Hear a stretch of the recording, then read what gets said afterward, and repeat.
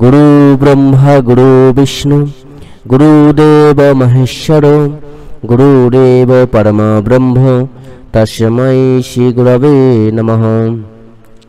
परम प्रेममय जुग पुरुषोत्तम श्री श्री ठाकुर अनुकूल चंद्रेर आतुल चरण जानाई आमार शतकोटी प्रणाम। जय गुरु सकल इष्टप्राण दादा मायरा। परम दयालेर आशीर्बाद थाकले আমরা যদি তাকে সম্পূর্ণ রূপে আমাদের সমস্তটা দিতে পারি, ইষ্টের নেয়া জিনিস আমরা যদি ইষ্টকেই ফিরিয়ে দিতে পারি, তাহলে তিনি যে আমাদেরকে দূরে রাখতে পারেন না। এই মানব জন্ম সার্থক হবে সেদিনই যেদিন আমরা পুরোপুরি রূপে পরম দয়ালের চরণে আশ্রয় নিয়ে তার आदेश निर्देश मेने जीवन पथे एगिए चलते पारबो। परम दयाल जुग पुरुषोत्तम श्री श्री ठाकुरेर अशेष कृपा लाभ करे जीवन के आमरा सुमधुर करे तुलते पारबो। श्रद्धेय मृणाल पाखिरा महाशय तार जीवने परम दयालेर कृपार कथा तुले धरेछेन। परम दयालेर कृपा होले, परम दयालेर आदेश निर्देश मेने चलले, परम दयालेर बला प्रत्येकटा कर्मके करले सहजई जे ताके लाभ करे जीवन के धन्य करा जाए सेई सुंदर लीला काहिनी आजके आपनादेर सामने तुले धरबो। चलुन प्रत्येकेई आमरा परम दयालेर सेई लीला कथा आस्वादन करी। दिनटा सठिक मने नेই, 2009-10 साल हबे। कलेज पড়ুয়া एकटी तरुण ठाकुर बाड़ी एसेছে तार बाबार संगे। बाबा आसेन प्राय प्रति मासेই, कोनो कोनो बार छेले संग नेয়। সেদিন ভিড় বেশি নেই। সন্ধ্যা প্রার্থনার খানিক পরে বাপ বেটায় পায়ে পায়ে গিয়ে দাঁড়ালো ষোড়শী ভবনের আঙিনায়। কৃষ্ণচূড়া গাছের তলায় নিত্য দিনের দরবার বসেছে, রাজ রাজেশ্বরের দরবার। সেই প্রশস্ত নাট মণ্ডপ, ঘন রঙের আসবাবগুলি, ঘন রঙের মেঝে তকতক করছে। মৃদুল আলোয় পার্শ্বদ পরিবৃত শান্ত শুভ্র আসনের পরে ফুটফুট করছে তাঁর দিব্য লীলা বিগ্রহ। ধীর গম্ভীর প্রসন্ন মধুর, চোখের তেষ্টা মেটে না, সময় ভুল হয়ে যায়। সেদিনের তারিখ মনে না থাকায় ক্ষতি কিছু হয়নি, এ ছবি তো চিরদিনের। তারা গিয়ে বসলো পিছনের এক কোনায়। ছেলেটির হাতে ধরা কখানা বই, মনের মধ্যে আনচান ভাব, তার জন্য প্রথমবার কিছু এনেছে সে, খুশি হবেন তো। অবশেষে ডাক এলো। সম্মুখে এগিয়ে গিয়ে বই হাতে সে যখন প্রণাম করছে, তিনি তখন তার সেই অনন্য অধ্যবসায়িত ভঙ্গি থেকে উঠে বসেছেন। দুই হাত কোলের ওপর বাঁধা, কৌতূহলী দৃষ্টি আসনের সামনে। কি বই? আগে কটা উপনিষদ। কথাটা শুনেই এক অনির্দিষ্ট মধুর কৌতুকে তার বড় বউ খানিক দুলে উঠল। সেই হাসি, কি বা তার বর্ণনা। কাঁচা মাটির পুতুলের ওপর যেন ঝড়ো ঝড়ো জলধারার মতো নেমে এলো। পূর্ণ দৃষ্টি মেলে চাইলেন তিনি। তারপর রাঙা পায়ের পাতায় হাতের রাঙা তালুর ভর রেখে ঈষৎ ঝুঁকে ছন্দে ছন্দে বলে উঠলেন, তেন তক্তেন ভঞ্জিতা। ছেলেটির মনের মধ্যে ততক্ষণে দুনিয়ার সব রকম আনন্দের অনুভূতি একসঙ্গে জট পেকে একটা ঘূর্ণাবর্তের মতো সৃষ্টি করেছে। সে ভ্যাবলার মতো মাথা নেড়ে বলল, আজ্ঞে। তিনি হাতখানি বাড়িয়ে দিলেন, বইগুলি নিলেন। আর কি কি যে নিলেন সে তিনিই জানেন। মন ডগমগ, সভা ভাঙলে পরে মনমোহিনী ধামের পথ ধরা হলো। আনন্দবাজার তখন ওখানেই। বাবা জিজ্ঞেস করলেন, হ্যাঁ রে, ওই কথাটা কি ছিল? ছেলে বলল, ওটা ঈশোপনিষদের মন্ত্র বাবা। সমগ্র উপনিষদ সাহিত্যের শিরোমণি এই ঈশোপনিষদ, আর এটা তার প্রথম মন্ত্র। বাবা বললেন, তোর জীবনের মন্ত্র, ওটা মনে রাখবি। এক যুগে ঋষির দৃষ্ট বাণী, আর এক যুগে ঋষির আদিষ্ট। জীবনের মন্ত্র বই আর কিতাব মনে তো আছেই, মুখস্থও আছে। বইয়ের পাতায় বহুবার পড়া, কলেজের ক্লাসেও শোনা, স্মৃতিতে ধারণ করা, সেসব পরীক্ষার খাতায় লিখে পাশও করেছে। কিন্তু ভাবার চেষ্টা হয়েছে কি কখনো? ঈশাবশ্যমেদং সর্বং যত কিঞ্চ জগত্তাং জগত তেন তক্তেন ভঞ্জিতা মা গ্রীবকস্য শীদধানমঃ। কত সুন্দর শোনায়, মনে হয় যেন শব্দগুলোর ভিতর কোন এক গভীর সত্য পাখো আজের পরনের মতো গমগম করছে, কিন্তু গোল বাঁধে। যখন সেই মন্ত্রের অর্থ চিন্তা করতে যায়। যে অনুবাদ, যে ব্যাখ্যা সে বইপত্রে পড়েছে, ক্লাসে শুনেছে, সেগুলি যেন কেমন একটা বেতালা ঠেকে তার কাছে। কতকগুলি আধা দুর্বোধ্য অসংলগ্ন জোড়াতালি ধরনের কথা মনে হয়। ঈশাবাস্যমেদং সর্বং যত কিঞ্চ জগত্তাং জাগত, অর্থাৎ এই জগতে যা কিছু নশ্বর অনিত্য বস্তু সবই ঈশ্বর অধিষ্ঠান। তেন অতএব তক্তেন ভুঞ্জিতাহ, ত্যাগের দ্বারা ভোগ করো। মা গৃধ কশ্যেদ ধানম, অন্য কারো ধন লোভ করো না। সদ্য 19-20 এক ছোকরা, যার কাছে বৃহত্তর জগৎ সবে সবে তার রঙিন ঝাঁপি খুলতে শুরু করেছে, ত্যাগ কি আর ভোগই বা কি সে তার বোঝার বিষয় হয়তো নয়, কিন্তু অনুভবে প্রৌঢ়ত্বের কথা ছেড়ে দিলেও নিতান্ত প্রায়োগিক কিছু প্রশ্ন কিন্তু থেকেই গিয়েছিল, যার কোনো সদুত্তর বই তাকে দেয়নি। তেন তক্তেন ভুঞ্জিতা, অতএব ত্যাগের দ্বারা ভোগ করো। ত্যাগের দ্বারা কেন বলা হচ্ছে? ত্যাগ কি ভোগের সাধন, নাকি নিমিত্ত, নাকি হেতু, নাকি ফল? তাছাড়া সবই যদি ঈশ্বরের, তাহলে অন্যের ধন হবেই বা কিভাবে? আর লোভ বা করার প্রসঙ্গই আসবে কোত্থেকে? এরপর আরো বেশি দূরে ভাবা এগোয়নি। শীতের সিন্ধুকে বন্ধ হয়ে কোথাও পড়েছিল। বাকি উপনিষদগুলো আর পড়া হয়নি। তবে একটা বিশ্বাস ছিল, তিনি দয়া করে যখন মন্ত্র শ্রবণ করিয়েছেন, সময় এলে সেই মন্ত্রের মনন আর নিদিধ্যাসনও তিনিই করিয়ে দেবেন। 1 দশকেরও বেশি পার হয়ে গেছে, সময় এসেছে কিনা জানা নেই। তবে অনেকগুলি পরম্পরিত ঘটনাচক্রে মনে পড়ে সেই মন্ত্র আজ আবার সিন্ধুক থেকে বেরিয়ে এসে ছেলেটির বোধের মুখে আয়না ধরেছে। অতঃপর শুরু হয় 2 বিম্ব প্রতিবিম্বের বোধ বিনিময়। একজন বলে, তোর যত বাড়াবাড়ি। কথা প্রসঙ্গে 2য় খণ্ডে আছে, দেখ, ত্যাগের দ্বারা ভোগ নিয়ে ঠাকুরের অমত কই। তিনি তো বলছেন, ও তো ঠিকই আছে, তোমার জীবন ও বৃদ্ধির অন্তরায় যা, তাকে তুমি ছেড়ে দাও, আর ভোগে অঢেল হয়ে পরিপোষণের ভিতর দিয়ে জীবনকে সর্বতভাবে বর্ধন উদ্দীপ্ত করে তোলো। অন্যজন বলে, বাক্যগুলোর বিন্যাসটা একটু লক্ষ্য করে পড়ো, চতুর চূড়ামণির চাতুরিটা ধরতে পারবি। তিনি সমন্বয় পুরুষ, আর এটাই তার অনুকরণীয় ছন্দ। বেচাল প্রশ্নের উত্তর সমর্থন দিয়ে শুরু করবেন, তারপর সেটা ঘুরিয়ে নিয়ে ঠিক আসল কথায় ফিরে যাবেন। প্রশ্নকর্তা টেরও পাবেন না। দেখো, ওখানে বলছেন, ত্যাগ করা আমাদের জীবনের একটা নতুন রকমের বন্দোবস্ত বা কায়দা কসরতের কিছু নয় কো। তোমার চাহিদা যেমন, ত্যাগও তেমনতর স্বাভাবিক, ইত্যাদি।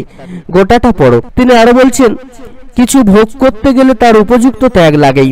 ভোগের স্বাভাবিক সত্যই হচ্ছে ত্যাগ। আর এইখানেই এই মন্ত্র নিয়ে থুড়ি, মন্ত্রের অর্থ নিয়ে আমার সমস্যা। যেটা জগতের স্বাভাবিক নিয়ম, সেখানে শাস্ত্রীয় বিধিবাক্য লাগু হয় কি? সুতরাং ভোগ যদি ত্যাগের দ্বারাই করতে হবে, অন্য পথ যদি নাই থাকবে, সেখানে আলাদা করে ত্যাগের দ্বারা ভোগ করো, শাস্ত্র এরকম বিধি কেন করবেন? বরং ভোগের জন্য ত্যাগ স্বীকার করো, এরকম বিধি হতে পারে। কি যেন ছিল ওই ছড়াটা? ওই যেটা বড়মার ঘরের পাশে সজনে গাছের পিছনে দেয়ালে দেখেছিলি, ওই তো। ভোগের তরেই ত্যাগ প্রয়োজন, অভীষ্ট লাভ ভোগ। ত্যাগের তরে ত্যাগ করে যে, ত্যাগ তাহারই রোগ। এই তো কথা, সত্য, সহজ, গ্রহণযোগ্য। ভোগের তরেই ত্যাগ। রসগোল্লাই চাও আর অমৃতই চাও, তার মূল্য তোমায় দিতেই হবে। আচ্ছা, এখানেও কি বিকল্প পন্থা হতে পারে? মূল্য না দিয়ে, মানে ত্যাগ না করে রসগোল্লা কি খাওয়া যায় না? ধরো, দোকানদার ময়রা যদি আমার বন্ধুও হয়, আরে সেখানেও তো আরো বড় ত্যাগ লাগে। বিনে পয়সায় রসগোল্লা খাওয়াবে, বন্ধুর মনে তেমন তেমন প্রীতি গজিয়ে তুলতে ত্যাগ কি কিছু কম আছে? আচ্ছা, যদি ময়রার থেকে রসগোল্লা চুরি করি, ওরে বাবা, চুরি করতে গেলে তো লজ্জা, ঘৃণা, ভয় সবই ত্যাগ করতে হয়। ওগুলোর একটাও যদি লেশমাত্র অবশিষ্ট থাকে, চুরি সফল হলেও রসগোল্লা তেতো লাগবে, ভোগ হবে না। কেন? ওই যে বললেন, অভীষ্ট লাভ ভোগ। রসগোল্লাই তো অভীষ্ট, এখানে পেলেই হলো। অভীষ্ট বলতে কি বুঝিস? সবাই যা বোঝে, যা পেতে চাইছি তাই তো অভীষ্ট। তাই কি একজন মিষ্টিখোর লোকের যদি ডায়াবেটিস হয়, আর পকেটে পয়সা আছে বলেই সে যদি রসগোল্লা খেতে চায়, তবে কি রসগোল্লাকে তার অভীষ্ট বলবি? ময়রা যদি তাকে চেনে আর যদি হিতার্থী হয়, সে রসগোল্লা বেচবেই না, সুগার ফ্রি সন্দেশ দিতে পারে। তাই তো, তাহলে অভীষ্ট কি? প্রাদি তৎপুরুষ সমাজ স্বীকার করতে হবে। অভীষ্ট মানে অভীষ্ট। যা কিছু ইষ্টের অভিমুখগত, অভীষ্ট তাই। ইষ্টের সাপেক্ষ নয় যা, অর্থাৎ তোমার জীবন বৃদ্ধির অনুকূল নয় যা, তা তোমার প্রকৃত অভীষ্ট নয়, প্রকৃত ভোগ নয়। ও বাবা, সুতরাং তুমি পয়সাওয়ালাই হও আর দক্ষ চোরই হও, অর্থাৎ ত্যাগের সামর্থ্য তোমার যেমনই থাক, রসগোল্লাকে যদি ইষ্টের অভিমুখে নিয়ে যেতে না পারো তাহলে কিন্তু যথার্থ ভোগ হবে না, ভোগান্তি হবে। অনুশ্রুতির ছড়াগুলোকে দেখায় নিরীহ, সবসময় তা নয় কিন্তু। বটেই তো। এবার ময়রার জায়গায় ঈশ্বরকে বসা, আর রসগোল্লার জায়গায় অমৃতকে। দেখ, জাগতিক পারমাত্মিক সব ভোগের পিছনেই ত্যাগ আছে। আসলে দেখতে গেলে ত্যাগের পিছনে ভোগ আছে, কিন্তু অভীষ্ট লাভ নেই যে ত্যাগের মূলে। ত্যাগের তরেই ত্যাগ যেখানে, সেই ত্যাগই অর্থহীন হয়ে দাঁড়ায়। যথা দেখ, ত্যাগ মূলত দুই ধরনের হয়। এক হলো মোচন বা পরিহার, যেমন গায়ে ময়লা হয়েছে স্নান করলাম, ময়লার মোচন হলো, এটাও ত্যাগ। আর দ্বিতীয় হলো দান, সেটাও ত্যাগ। হ্যাঁ, তাহলে ত্যাগের তরে ত্যাগ কখন হয়?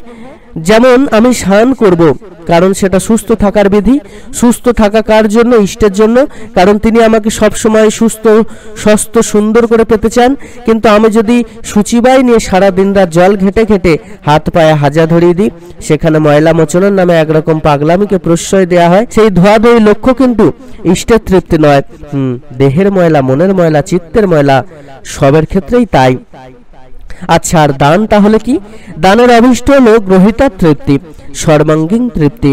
ওই তৃপ্তিই দাতার ভোগ। সে দান পার্থিবী বস্তুর হোক, কিংবা বৌদ্ধিক দান হোক, বা আধ্যাত্মিক, সর্বত্রই।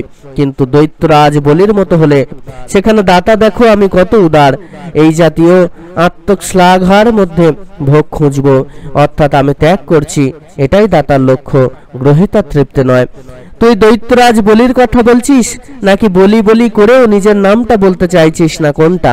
ধ্যাত, বল না, ঠিক হচ্ছে। হ্যাঁ, সুতরাং এই দুই ক্ষেত্রে অভীষ্ট লাভ হবে না, যথার্থ ভোগও হবে না। সেই জন্য ত্যাগের তরে ত্যাগ একরকম রোগ। তাহলে দেখা যাচ্ছে ত্যাগ আর ভোগ দুটো অঙ্গাঙ্গী হলেও পৃথক ব্যাপার, আর এই দুইয়ের মধ্যে সেতু যদি ইষ্ট না হন তবে কোনোটাই সার্থক হয় না। ওই জন্যই কথা প্রসঙ্গে ঠাকুর বললেন, জীবন বৃদ্ধির অন্তরায়গুলিকে ত্যাগ করো, আর ভোগে মানে অভীষ্ট লাভে অঢেল হও। তিনি কিন্তু এটা বলেননি যে অন্তরায় ত্যাগের দ্বারা ভোগে অঢেল হও। তক্তেন ভঞ্জিতা মানে বরং এটা বলা যায় যে ত্যাগ সহ ভোগ করো। এতে ব্যাকরণ ঠিকই থাকবে, সহ অর্থেও তৃতীয় বিভক্তিই হয়। তাছাড়া এই অর্থে বাক্যটা বিধিবাক্য হিসেবে সার্থক হতে পারে, কারণ বহু মানুষ আছেন যারা জীবন বৃদ্ধির অন্তরায় ত্যাগ করে তারপর কোনো এক অমৃত ভগবানের ধ্যান করছেন, আবার জীবন্ত ইষ্টকে পেয়েও অন্তরায় ত্যাগ করতে পারছেন না, এমনও আছেন। নিজেকেই দেখো না। সুতরাং এই দুই শ্রেণীতেই ওই সেতু বন্ধনের অভাব আছে। এখানে বিধি লাগু হতে পারে, কিন্তু এখানে বিধি লাগু হতেও পারে, কিন্তু আবার কিন্তু, হ্যাঁ কিন্তু পুরো মন্ত্রটাকে যদি ধরি তাহলে ব্যাপারটা আগের মতোই খাপছাড়া থেকে যায়। সবকিছু ঈশ্বরের অধিষ্ঠান, অতএব ত্যাগ সহ ভোগ করো, অন্যের ধনে লোভ করো না। এই বাক্য তিনটের অন্তঃসম্বন্ধটা কি বুঝলাম। এবার আমি একটু চেষ্টা করো। দেখো, এই তো ত্যাগ সেটাকেই করতে পারিস যেটা আর তোর নিজের মালিকানা আছে, ঠিক কিনা? ঠিক। আচ্ছা, তুই কি জীব না ঈশ্বর? জীব। এখন জগতের সব যা কিছু তার প্রকৃত মালিকানা কার? জীবের না ঈশ্বরের? ঈশ্বরের। তাহলে ত্যাগটা আসলে কে করছেন? ও বাবা, তাই তো, সবকিছু ঈশ্বরের অধিষ্ঠান। এই কথাটা প্রথমে বলার পরে তারপর যখন ত্যাগ ভোগের প্রসঙ্গ আসছে তখন বুঝতে হবে ত্যাগ আর ভোগ এই দুই ক্রিয়ার কর্তা এখানে এক নয়। ত্যাগ করছেন তিনি, আমাদের উদ্দেশ্যে যার যেমন ঝুলি সেই মাফিক, আর ভোগ করছি আমরা জীবেরা। এবার মেলাও, মিলে গেছে। তাহলে ঈশা বাস্যমেদং সর্বং যৎকিঞ্চ জগতাং জাগত, এই জগতে যা কিছু নশ্বর অনিত্য বস্তু সব ঈশ্বরের অধিষ্ঠান। তেন তৎকৃত্যৈক তক্তেন, যা তক্ত অর্থাৎ তোমাকে প্রদত্ত তাই দিয়ে ভঞ্জিতা অর্থাৎ ভোগ করো। মা গৃহ কশ্যেদং ধানম, অন্য কারো ধনে অর্থাৎ অন্যকে তিনি যা দিয়েছেন, যা তোমার দেননি তাতে তুমি লোভ করো না, করলেই দুঃখ পাবে। জগতের সব দুঃখের মূলেই মাৎসর্য।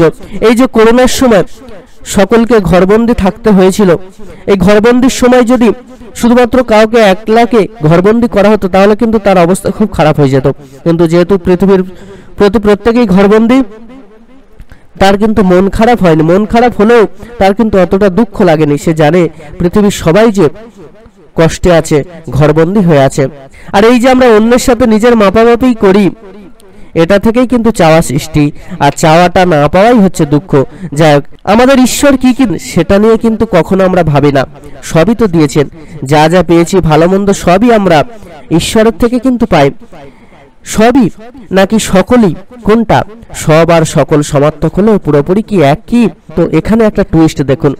সব মানে তো সমগ্র বা টোটাল, আর সকল মানে হচ্ছে সমস্ত কলা বা অংশ একত্রে নিয়ে সম্পূর্ণ বা কমপ্লিট কনজিস্টেন্স অফ অল পার্টস। যেমন একটা ছোলার দানা দুটো বীজপত্র নিয়ে সম্পূর্ণ অর্থে সূক্ষ্ম তফাৎ আছে। আচ্ছা, ইষ্টবৃত্তির মন্ত্রে কি আছে? তোমার দয়ায় লোভেছি জনম, সকলই পেয়েছি আমি।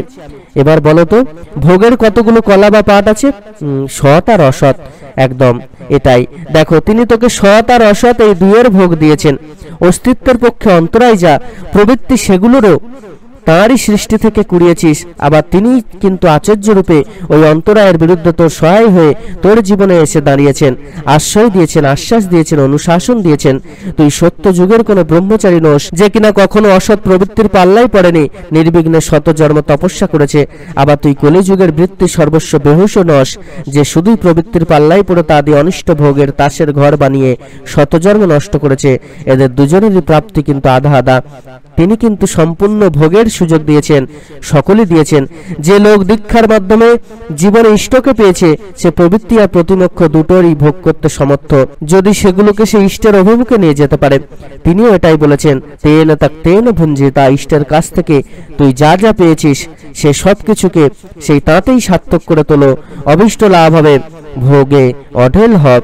কত সুন্দর করে পরম দয়াল কিন্তু আমাদেরকে বুঝিয়ে দিয়েছেন কিভাবে এই জগৎ সংসারে থাকা ত্যাগ এবং ভোগ এই দুটোকেই গ্রহণের মধ্য দিয়ে আমরা জগৎ সংসারে তাকে লাভ করে এই জগৎ সংসার থেকে চিরমুক্তি লাভ করতে পারি। সকল ইষ্টপ্রাণ দাদা মায়েরা, চলুন আমরা প্রত্যেকে তাঁর শ্রীচরণ আশ্রয় করে তাকে প্রণাম করি, তাঁর বলা প্রত্যেকটা কর্মকে মেনে চলি, তাঁর বিধিবিধানকে মেনে চলি এবং তাঁর আদেশ নির্দেশ মেনে জীবনকে ধন্য করে তুলুন। সকল ইষ্টপ্রাণ দাদা মায়েরা প্রত্যেকে খুব ভালো থাকবেন। জয় গুরু বন্দে পুরুষোত্তমম।